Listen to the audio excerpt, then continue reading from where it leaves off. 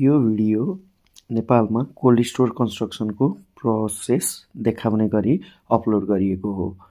यसमा हामी देख्न सक्छौं पहिला मेटल स्ट्रक्चर इरेक्सनको काम भइरहेको छ। यो अलिकति बनिसकेको स्ट्रक्चरमा हामीले फर्दर एक्सटेन्सन गरेर कोल्ड स्टोर बनाउने गरी त्यसको तयारी यहाँ देखाउँदै छौं। पोस्टलाई पहिले फेब्रिकेटरले फेब्रिकेट गरेको पोस्टलाई क्रेनको सहायताद्वारा पहिला इरेक्सन गर्ने कार्य यहाँ चलेको हामी देख्न सक्छौं। त्यसपछाडी पोस्टको इरेक्सन कम्प्लिट भइसकेपछि बीमहरु यहाँ अब इरेक्सन गर्ने काम बोल्टिङ गरेर फिक्स गर्ने काम यहाँ भइरहेको छ।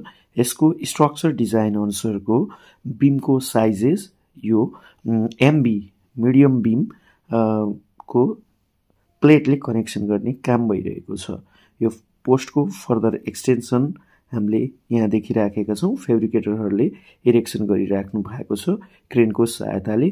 यो पोस्टको साइज बीमको साइजहरु चाहिँ हाम्रो स्ट्रक्चर इन्जिनियरले डिजाइन गरिसकेपछि डिजाइन अनुसारको सेक्सनहरु हामी प्रयोग गरिन्छ र त्यो साइजलाई हामीले यसरी पोजिसनिङ गरिन्छ र पोजिसनिङ गरिसकेपछि हामीले नट बोल्टको सहायताले फास्टेन गरिन्छ र यो चाहिँ अब फ्रेम स्ट्रक्चर रेडी भयो जुन हामीले यहाँ देख्न सकिन्छ।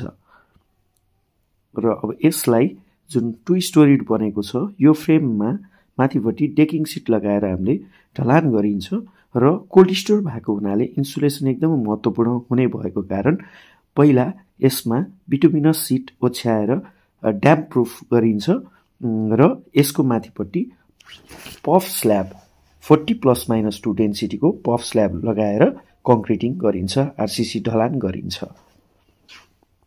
र त्यसपछाडीको काम भनेको हामीले पोजिटिभ या नेगेटिभ टेम्परेचर अनुसारको प्यानल रुफिङ प्यानल र वाल प्यानल लगाइन्छ। यहाँ 100 mm को वाल प्यानल र 50 mm को रुफिङ प्यानल प्रयोग भएको छ भने अफिस ब्लकतिर चाहिँ नर्मल यूपीभीसी सीट अथवा सीजीआई सिटिङ पनि गर्न सकिन्छ।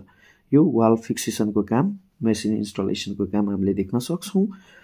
यो कोल्ड स्टोर सँगैको एनेक्स बिल्डिङ भएको हुनाले यसमा हाम्रो इको प्यानल लागेको छ र अहिले हामीले देखिराखेको एरिया यो प्रिपरेसन एरिया हो। एन्टी रुम पनि हामी यसलाई भन्न सक्छौं र यो चाहिँ panel board electrical panel board हामी वक इन गर्दै छौं। यहाँ हामी देख्न सक्छौं यो मसिनको कन्ट्रोल प्यानल छ र ढोकाको माथिपट्टि हामीले एयर कर्टेन देख्न सक्छौं भने भित्र दुईवटा मसिन लागेको छ। रुमको क्यापासिटी अनुसारको मेसिन हामीले इन्स्टल गरिन्छ। त्यसलाई आवश्यक इलेक्ट्रिफिकेसनको काम, त्यसलाई आवश्यक प्लम्बिङ वाटर सप्लाईको लाइनको काम, ह्युमिडिफायर इन्स्टल गर्ने काम गरिन्छ। यो टु स्टोरीडको च्याम्बर भएको हुनाले हामीले यहाँ पनि दुईवटा च्याम्बर देख्न सक्छौं। दुईवटा unit as per required capacity यहाँ लागेको छ। पफ प्यानल डोर युज भएको छ जसले गर्दा प्रपरली इन्सुलेसन होस् भनेर यसलाई एस्योरेन्स गर्छ। हामी आउटडोर युनिट देख्न सक्छौं र यसमा चाहिँ टेम्परेचर हामी चेक गरिराखेका छौं कि 5 डिग्री सम्म यो टेम्परेचर झरेको छ र यो चाहिँ कोल्ड स्टोरेजको आउटर लुक्स। यो चाहिँ यसको आर्किटेक्चरली हामीलाई कस्तो खालको लुक्स चाहियो त्यो लुक्स दिन सकिन्छ। यो चाहिँ एज पर क्लाइन्टको चोइसमा नेपालमा बनेको कोल्ड स्टोरको हामी यहाँहरुलाई भिडियो देखाएको छौं।